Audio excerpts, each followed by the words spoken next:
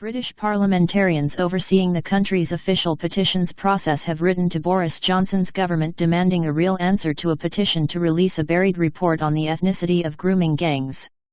The petition, signed by over 125,000 people, had demanded that the government release a report announced with great fanfare by the previous Home Secretary, Sajid Javid, which would investigate the ethnic dimension of the grooming gang phenomenon, which typically involves Muslim, usually Pakistani-heritage predators, and non-Muslim, usually white working-class victims. Concerned members of the public who wondered what had happened to this investigation when it appeared to disappear off the government's agenda were shocked to be told that it would remain internal, with requests to release it under Freedom of Information laws rejected on the grounds that government ministers needed a safe space to consider policy. It was hoped that an official petition would put pressure on the government to reconsider this position. Petitions signed by more than 10,000 people are entitled to a government response, and petitions signed by over 100,000 people must be considered for a parliamentary debate, but in the end this was not successful, with petitioners receiving a late, rambling response from the Home Office which never directly addressed the demand for the report to be released but rejecting it implicitly.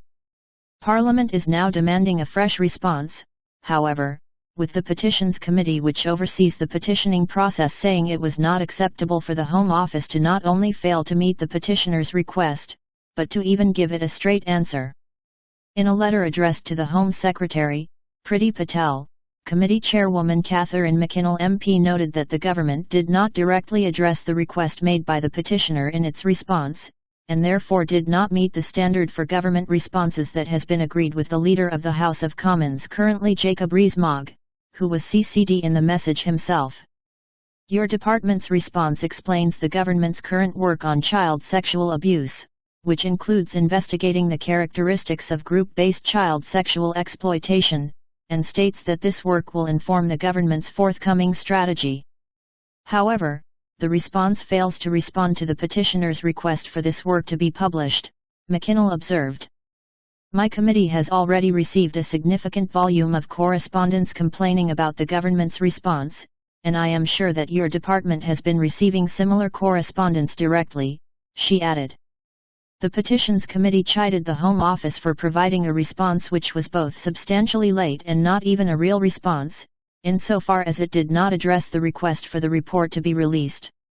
It, therefore, requested a new response, which should clearly state whether the government will publish its research into the characteristics of group-based child sexual exploitation, and if not, why not? I would be grateful if you could provide a revised response before the House rises for Whitsun, on Wednesday, May 20, given the substantial time that signatories to this petition have already been waiting for the government response, McKinnell concluded.